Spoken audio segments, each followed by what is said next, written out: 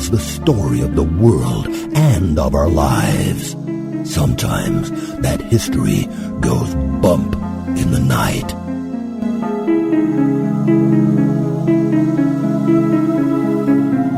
Broadcasting from the center of oddity and the supernatural in Central Florida, it's the History Goes Bump podcast.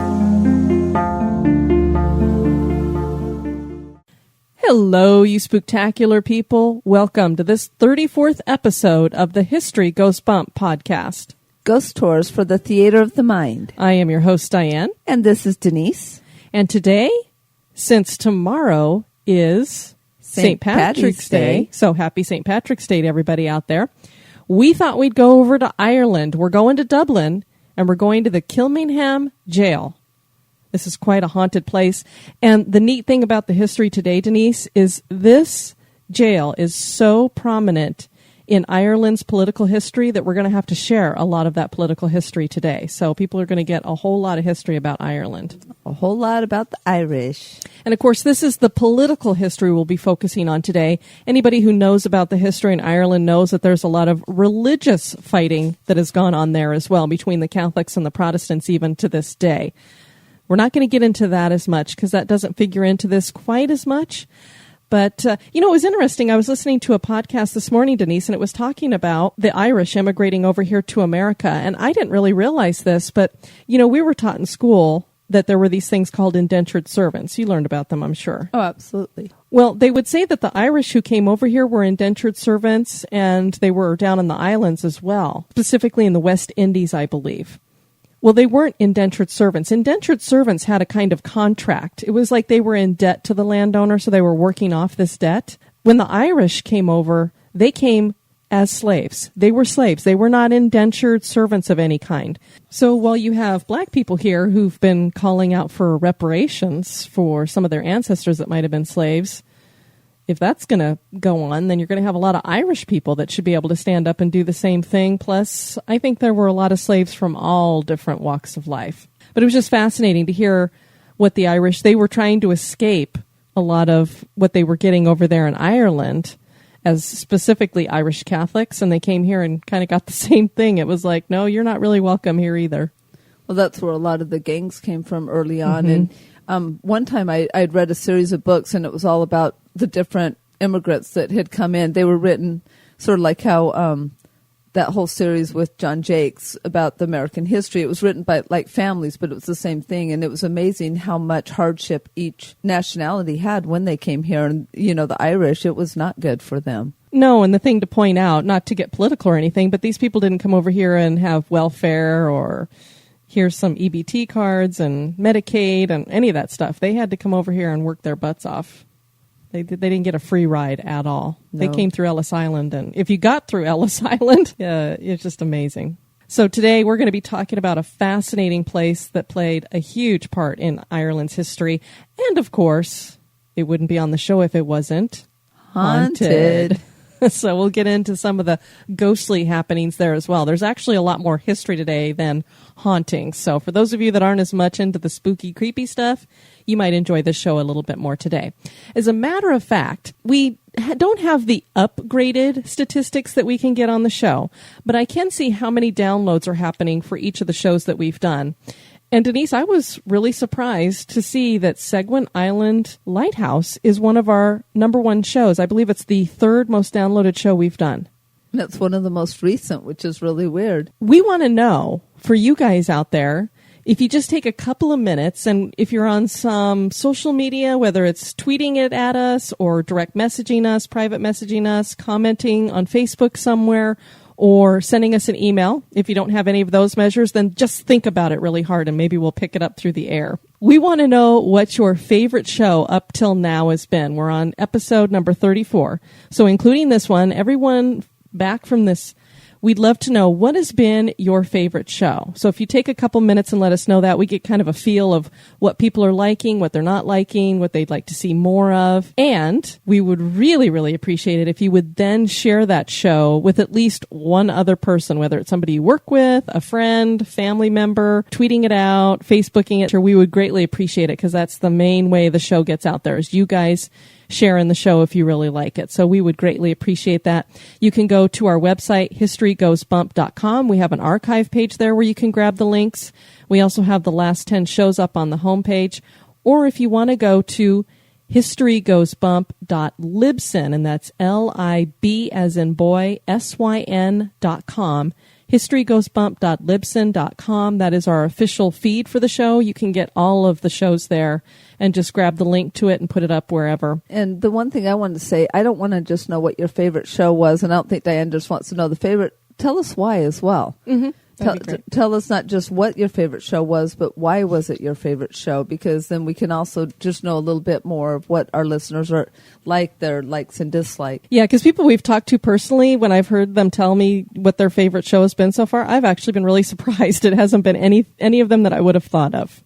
And like I said, I like lighthouses and everything, but I'd never even heard of Seguin Island Lighthouse. And then I just happened to, I don't know, I must have seen it in passing somewhere and looked into it and went, oh, there's a lot of information there, so that looks good. We'll go ahead and do that one. And I was just amazed. So I don't know if somebody put us up on a website somewhere or what, but we really got the downloads on that. You can go to our website, historygoesbump.com, for everything else that you might want to know about the show. We have links to our blog there.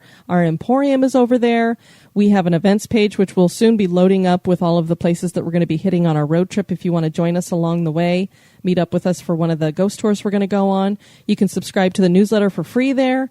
You can find out where to listen to the podcast, where to find us on social media, and where you can donate to the show. And I just want to point out on that as well. If you guys go over to patreon.com/historygoesbump and you go down a little ways, we have rewards on there, and I don't know how many people have checked this out, but Denise and I are committed to making this show commercial-free, no sponsoring, no corporate sponsoring. We hate that. So we don't want to have anything to do with that. We want this to be crowdfunded, listener-supported. And we're not going to come on here like I've heard on other podcasts, too, where they're like, if you don't donate, we're not going to be able to stay on the air, whatever. We're going to stay on the air. But we would just love if you guys have a couple of extra dollars and you want to show some appreciation our way, you can throw it our direction. And down there on the rewards, it shows you. We don't want to do it where, I know if anybody's listened to the first couple shows that we did, we were trying to play around with how are we going to do this to see if we could try to get the show to at least pay for itself. So we thought, well, a lot of places do exclusive content for people who donate, like $5 a month or whatever. Well, after we thought about it, we're like, we don't want to do something where certain listeners get certain content and other ones don't, just because somebody doesn't happen to have the means or what have you. It didn't feel right to us. But if you do donate to us at different levels, and, we have it set up. I know some of you probably listened to the podcast Welcome to Night Vale. They do a great job with this, and this is where I got the idea from. So they set it up like, if you donate this much for 3 months at whatever level, then we send you a mug or a T-shirt or something like that. So you can see where all the rewards are. So it's not like you're just going to get nothing. I mean, obviously, you're supporting the podcast and you will get our gratitude. But we have a little bit of some rewards set up for that, too, if you want to check that out. And Denise, if they want to send us any feedback, maybe suggest future shows that they like to do, and especially let us know what shows you like. They can do that at historygoesbump@gmail.com. All right. Are you ready to get going with the show? I definitely am.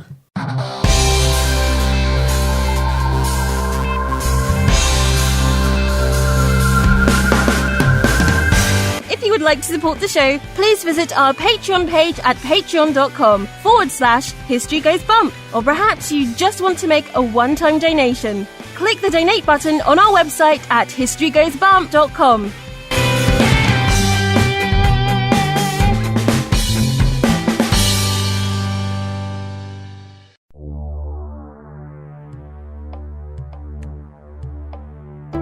Welcome to this moment in Oddity history. The following account is one that has gone down in the annals of not only the unexplained, but also legends. Did it really happen? We may never know. The May 1952 edition of the Proceedings of the Merchant Marine Council details the story of the SS Ourang Medan, a ghost ship that was located after a very bizarre distress signal was sent out in 1948. The contents of the signal call were, quote, "All officers, including captain, are dead, lying in chart room and bridge, possibly whole crew dead," end quote. And then a few moments later, another distress signal call stated simply, quote unquote, "I die." A ship called the Silver Star answered the call and found the Ourang Medan in the Straits of Malacca. They boarded the ship quickly when they noticed no visible crew members. What they found was true horror. Every member of the crew was dead, and all of them had died with their eyes wide open and their mouths twisted into expressions of terror. Many had their arms out in front of them as well. Even the ship's dog was dead with a snarl frozen on its muzzle. The rescuers searched the bodies for wounds and found none. As they prepared to tow the boat back to land, a fire broke out in the cargo hold. The rescuers evacuated the ship right before it exploded and sank to a watery grave. To this day, no one knows what killed the crew. Some have surmised the gas possibly overtook everyone. Others wondered about an unseen force. Was the ship carrying a secret cargo on a secret mission? The strangest thing is that although this legend has been around for decades, any proof that the Arang Medan actually existed has never been found. No shipbuilding records or any other records. Just this account written up in one Coast Guard journal. Now that certainly is odd.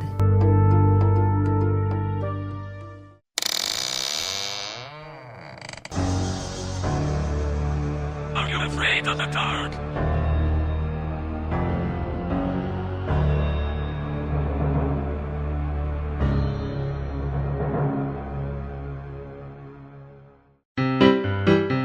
This day in history. On this day, March 16th, in 1883, Susan Hayhurst became the first woman to graduate from a pharmacy college. She was 63 years old when she graduated from the Philadelphia College of Pharmacy. Even more remarkable at the time was the fact that Hayhurst was already a medical doctor as well. That makes her the first female doctor to become a pharmacist. She had graduated from the Women's Medical College of Philadelphia in 1857. She stayed at the college and served on the staff running its pharmaceutical department for many years. It should be noted that the American Pharmacist Association credits Elizabeth Gooking Greenleaf as the first female pharmacist. She had opened an apothecary in 1727 and helped her husband formulate medicines for his patients. But she did not have a degree, so it is somewhat dubious to credit her as the first female pharmacist. Another notable woman in pharmaceutical science is Ella Stewart.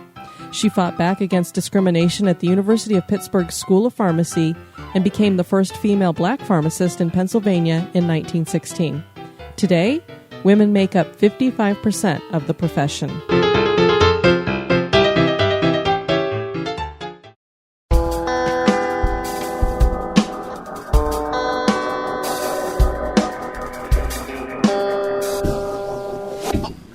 Hey, this is Christopher. And this is Joe. From the Curioso Podcast. And here at the Curioso, when we want to listen to ghost tours for the theater of the mind, we listen to the History Goes Bump Podcast.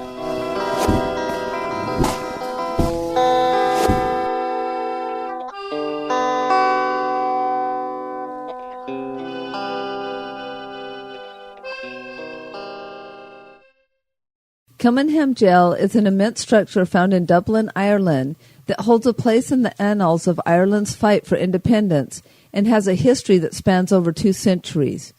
Today it is the largest unoccupied prison in the country and is now a museum, but at one time it was home for hundreds of prisoners and was the scene of many executions. Those prisoners included not only notable revolutionaries, but also ordinary men, women, and, yes, children. And now it seems to be a home for the spirits of several of these former occupants. Kilmainham Gaol is rumored to be haunted. Kilmainham Gaol was opened in 1796 to serve as the county jail for Dublin, Ireland. The jail was considered to be the most modern jail at that time. The original building was smaller than the present-day structure and consisted of long, dark, claustrophobic hallways and cells. This area is now called the West Wing. I wonder if it's similar to the White House's West Wing. Oh, no. I'm sorry, some of those people I'd like to put in jail. Exactly. The East Wing was added and opened in 1864 with a Victorian design that was much more open and rose to 3 stories with catwalks circling it. Outside is the Stonebreaker's Yard. This area hosted executions. Hangings were both private and public, but starting in 1820, executions were moved inside to a small cell on the first floor that today is located between the East and West Wings. Prisoners at the jail came from all walks of life, and initially there was no segregation at the jail. Men, women, and children were all housed together, up to 5 of them in each cell. Men were usually allowed to have some form of an iron bed, but the women and children were given straw to sleep upon. Until the 1840s, the jail had no lighting and no windows. Each cell was granted a candle that had to last for 2 weeks. Prisoners were served oatmeal, bread, soup, and milk for meals. When the East Wing was opened in the 1860s, separation and silence were implemented, and prisoners were not allowed to speak, and they were alone in their cells. Most of the crimes that people were jailed for consisted of petty theft or being a debtor. There was the occasional prostitute or murderer. Many of the adults would later be shipped off to Australia, but overcrowding continued to be a problem. In 1881, the prison became an all-male prison. Can you imagine 5 people to a cell and 1 little candle? And a lot of the kids that were in there, it was just, little petty theft. Can you imagine? Probably stealing, because that whole area was very a lot of poor, it was probably stealing bread. Stealing food, yep. It was a lot of that. And then I thought, isn't that nice? The men get the beds, but not the women or the children. It's like, back then, they had such backwards ways of thinking. I guess if you were poor, you could just drown, period, as we found with the Titanic. They didn't care about steerage. But usually it's women and children first, but not in the jail. Well, and even like in some of the island countries, we found that out, that you could actually get pigs and goats had more ranking than women and children. Well, in some countries to this day, over there in the Middle East, women don't rank very high either. To understand the history of the jail, one must understand the history of Ireland's fight for independence. There were 2 main sides on each side of the fight. The radicals wanted to be completely independent of Ireland and become their own republic. As a matter of fact, America's fight for independence and Thomas Paine's book named The Rights of Man inspired the Society of United Irishmen. The moderates wanted to write a constitution that gave them a form of independence while still under British rule. The United Irishmen formed in 1791 and became a secretive, oath-bound group that was led by a man named Henry Joe McCracken. He came from a prominent family and was jailed at Kilmainham Gaol in 1796. He spent a year there, and when he got out, he led the Bloody Irish Rebellion of 1798. The fight was unsuccessful because of disorganization and an unwillingness by some to fight, and Britain put more of an iron fist around Ireland after the rebellion was put down. McCracken was on the run for a month before he was captured, and he was tried for treason and hung on the same day.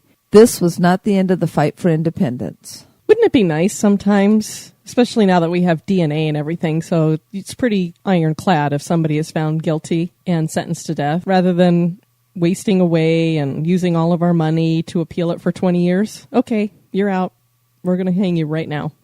And it's like in and out. And they still had overcrowding. That's because they arrested people for dumb stuff. Yeah, I mean, for the most part, most of the people who were in there, you could throw them in for debt. It's kind of like when we talk about the asylums, how men, if they felt like their wives were not honoring them enough, or they just wanted to get rid of their wives, they'd have them committed. So jail, probably the same kind of thing. I want to get my wife locked up, or, if somebody, again, a lot of these people were just debtors. So for those of you who have a lot of credit out there, a lot of debt, there were things called debtors' prisons, and that's why they were thrown into jail, because they weren't paying their debts back. Good thing we don't have those in America. Just saying. I love this guy's name, McCracken. That just sounds Irish. Look at the Irish. My name is McCracken. The United Irishmen tried again to form a rebellion in 1803. This time, a man named Robert Emmet was their leader.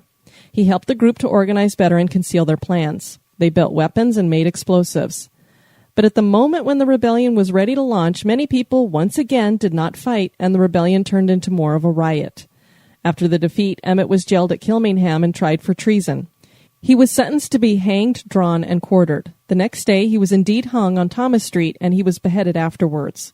The block that he was beheaded upon is now on display at the Kilmainham Museum along with his death mask. That sounds like that'd be something to go see, huh? No kidding. It's like, okay, I'll let the girls know when we come to Ireland. It's like, we'd love to go see the Blarney Stone, and we want to go and see all the wonderful sights. And while we're at it, can we see the death mask at Kilmainham Gaol? Well, especially that block. Yeah. Can I see the block that people got their heads chopped off on? I know. It's a weird thing we keep around. And to be hanged, drawn, and quartered, probably heard a lot about this, but specifically what it was is whoever been convicted and sentenced to this, They were either fastened to a hurdle or a wooden panel, and a horse would drag them to where they were going to be executed. Then they were hanged, but not all the way to death. It was kind of like to the point of passing out. And then while they're in the middle of passing out, they were emasculated, disemboweled, beheaded, and quartered, which is basically chopping them into 4 pieces. And there were times when this took place that they would send the 4 pieces to, the 4 corners of the country or something, or send them out as a message. I know they did that out at the London Bridge and stuff. So that's what being hanged, drawn, and quartered sounds fabulous, huh? And they try to tell us that lethal injection's not humane. Yeah, gives a whole different idea about that, huh? Jeez. A group calling themselves the Young Irelanders and led by William Smith O'Brien and Thomas Francis Meagher started another rebellion in 1848. This was also unsuccessful, and both men were brought to Kilmainham for a time before they were shipped off to Tasmania.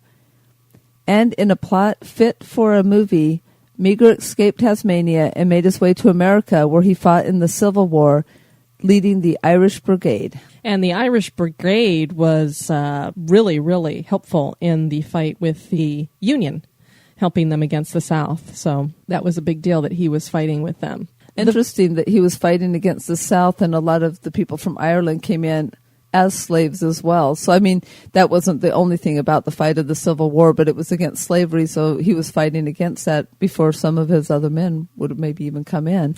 Well, the really cool thing is you watch here with Ireland fighting for their independence, and you look at the time periods that this is happening. Of course, we've already gotten our freedom at this point, but early on, they were watching what America was doing, and we were all fighting for independence from the same people. And as we learned when we did Edinburgh Castle, Scotland, same thing. So you've got all these countries that are fighting for their independence, and of course we were the only ones who managed to succeed in doing that, because keep seeing, oh, poor Ireland, they keep not succeeding in what they're doing here. Well, of course they didn't, because they're still a part of the United Kingdom. So they're their own country, but not in the way that they want to be their own country or had wanted to be. Of course, Scotland this last year got their chance to vote if they wanted to be completely broken off, and they decided no. So what's interesting with this is a lot of people don't know, when we fought in the Revolutionary War, about 3% of Americans fought to be free from the British.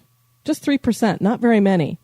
So when you look here on Ireland, it was the same thing. There wasn't very many. The problem is our 3% were very, very willing and really wanted to be free, so they were willing to make that fight. Whereas with Ireland, a lot of the time when they'd put the call out, that people didn't show up, and that was part of the problem. The Fenian Uprising followed in 1867, resulting in yet another failure, and many members of this secret oath-bound group found themselves in Kilmainham as well. The land reform movement began in 1881 under the leadership of Charles Stewart Parnell, who was an MP and leader of the Irish Parliamentary Party.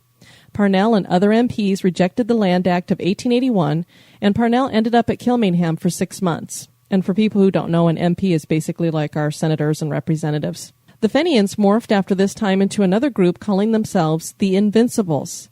The Invincibles assassinated Lord Frederick Cavendish, who was the British Secretary to Ireland, and Thomas Henry Burke, who was his Undersecretary in 1882. 5 of them were arrested and taken to Kilmainham, where they were hanged in the yard. The prison closed in 1910, but was reopened after the 1916 Easter Rising. The Easter Rising changed the political landscape in Ireland. 2 groups had been formed earlier, calling themselves the Irish Citizens' Army and the Irish Volunteers. The 2 joined forces on Easter Monday in 1916 and took over the General Post Office and other government buildings. They proclaimed they were now an Irish Republic.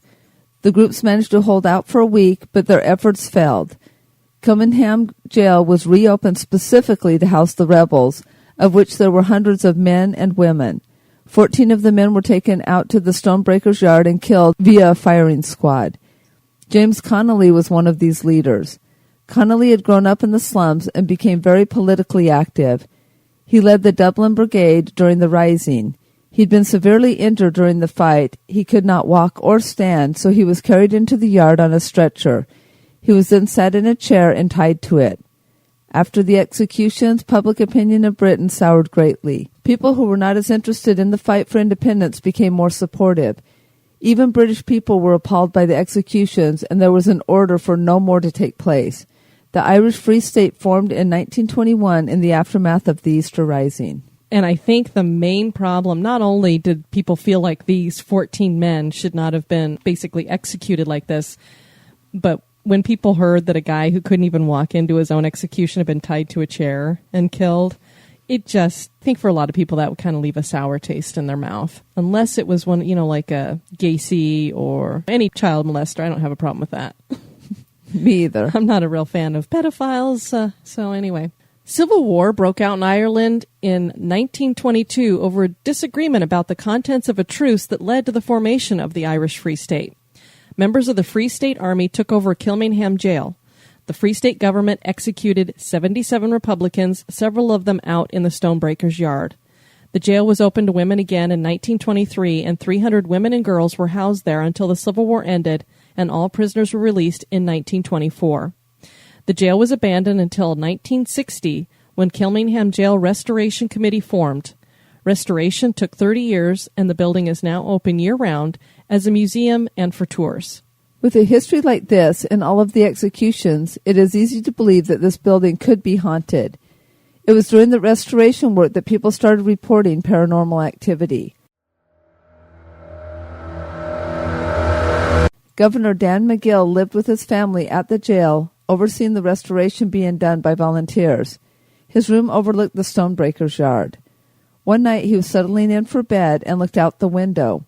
He noticed that the chapel across the way was lit up on the inside. He went to investigate and found the chapel empty. He shut off the lights and returned to his quarters. When he looked out the window again, he saw that the chapel was ablaze with light again. He went back to the chapel, saw no one, and clicked the lights off. He returned to his quarters only to find the chapel lights on again. He turned the lights off for a third time, and they remained off. Not only do lights go on and off inexplicably at the chapel, but several psychics have claimed that they feel an evil presence at the chapel, particularly on the balcony area. There are some spirits that seem to have a malevolent presence, but no one is sure if they are spirits of former prisoners or wardens. As a matter of fact, a former caretaker once wrote, quote, "I never felt afraid in the cells. The feelings there and the ghosts of former prisoners never worried me. The guards, however, now that was a different story altogether." End quote. Jail cells clang shut on their own and disembodied footsteps are heard. Cold spots are felt as well, like in this account by a man named Chris. At the bottom of the staircase, as seen in the movie The Italian Job, for people who don't know, this jail appears in that movie, is a lower level. On a visit to this jail, I went down to that lower level. There is, if I remember right, 3 cells or rooms, which you can walk around. All rooms are the same, but on entering the middle room, I felt an icy shiver back down my back, and the hairs on my arms stood up. I feel there was a presence in that room. You know, it's interesting that the person was talking about how he felt more weary about the place where the wardens were rather than the spirits where the prisoners were.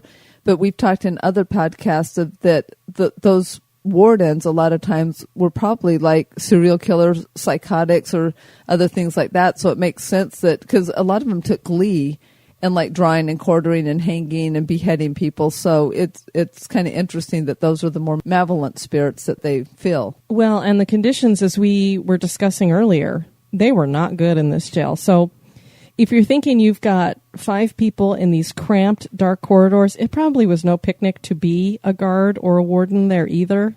And there wasn't a whole lot of respect. And I can't even imagine. Especially, I just hate the thought of those women being in there. You know, we've talked about the old jail in St. Augustine.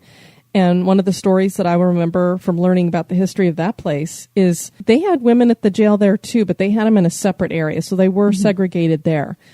But except for when it came to bath time. Exactly. Then they got the same water. Yeah, it was like they had one bath. And it was too expensive to get that much water and to heat it up and everything. So once they got the bath water going, it was one man at a time, and then they finally worked their way down to the women. So girls, imagine getting into that bathtub after, I don't know, 20 or 30, 40, 50 other men have already been in that water. Yeah, I think I'd rather not bathe. No kidding. Ugh, gross. The dungeon area of the jail was being repainted. A sudden gust of wind uprooted the man who was painting and blew him into a wall. The wind was so intense that he looked to the wall for several minutes. Needless to say, he never returned to work. Another worker heard footsteps approaching him. He figured another worker was coming up towards him, but he saw no one. He heard the footsteps go past him and felt as though a presence passed him as well. Another person told the story about his father working at Kilmainham in the 1960s, and that he heard footsteps reminding him of a soldier brigade in one of the corridors. He ran across the street to a local pub to tell his co-workers, who'd already quit for the day, what happened. They laughed and bought him a whiskey, but he remained shaken. Full-bodied apparitions that are seen during the day have been mistaken as actors. Visitors claim that they get that feeling of being watched. It feels as though the eyes of hundreds of prisoners are peering out from the cells. Weird feelings and cold drafts can be explained by the fact that this is a creepy, cold jail built of limestone. Yeah. So again, we are open-minded skeptics. So anytime you go into some creepy, limestoney building that has been abandoned for a long time, I could see why you get a cold, creepy feeling going in there. And so people's minds play with them and that kind of thing. We say, but as for some of these other experiences, who knows? Hearing disembodied footsteps and things. Children do not seem to like to go into the jail. Groups of children will arrive to go on tour but refuse to enter. Do they feel something that adults cannot? I've heard that children are more sensitive to kind of the paranormal. Kilmainham Jail is counted as one of the top 10 haunted places in Ireland. Does Kilmainham hold more than just the essence of a long and turbulent political history? Are there spirits still there at the jail?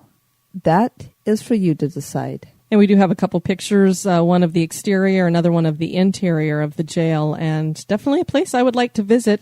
If you are in the area at this time, and this is in March of 2015, you should be aware that they are doing some major remodeling on the East Wing, which is the largest part of the jail. Now, it's my understanding that they are not charging as much for the tours there because you're not going to get to see the main part of the jail. But it still is a good tour, and you still get the same stories and everything. You just don't get to see as much. So if you're going to be in Dublin, I'm not sure how long it's supposed to take. I know at least for the rest of this year. Definitely go see it, get your pictures and stuff, but just be prepared for a little bit of disappointment that you're not going to be able to see everything. We do have up in the show notes, there is Hidden Dublin Walks, and there's a link there for you, and they'll take you around to a lot of the haunted locations that are there, and this is one of their stops. So if you want to book something with them, you can do that. And I know we do have listeners who are over in that area that probably would have a chance to go do that. And I know one of these days we are planning to go to Ireland ourselves. It's just a little ways down the road. So the restoration should be done by the time we get there. Absolutely. And it's funny that our bucket list of places we want to go gets bigger with the more creepy. I know. It's like we have to go everywhere now. It's like, okay, we want to go everywhere where there's beaches and surf and creepy old buildings with ghosts. Ta-da! Well, our next show is not a place to visit, so it won't be on our bucket list. Although this is an individual that I would have loved to have met. Our next show is going to be on the life and afterlife of the beautiful and sultry Marilyn Monroe. And Denise has no comment. I know who she is. Just saying. So I know when we did the Roosevelt Hotel, we talked a little bit about her ghost at that time, but that's not the only place that she seems to be hanging out. And of course, when you get into her life, you're going to hit it all. You've got conspiracy and all kinds of stuff. So we will be covering all of that in our next show. We want to thank you for joining us for this one and hope you can join us for the next one. I have been your host, Diane. And this has been Denise. You take care now. Bye-bye. Have a spooky experience that occurred at an historic location? Want to give us feedback or have a suggestion for the show? Share it with us at historygoesbump@gmail.com.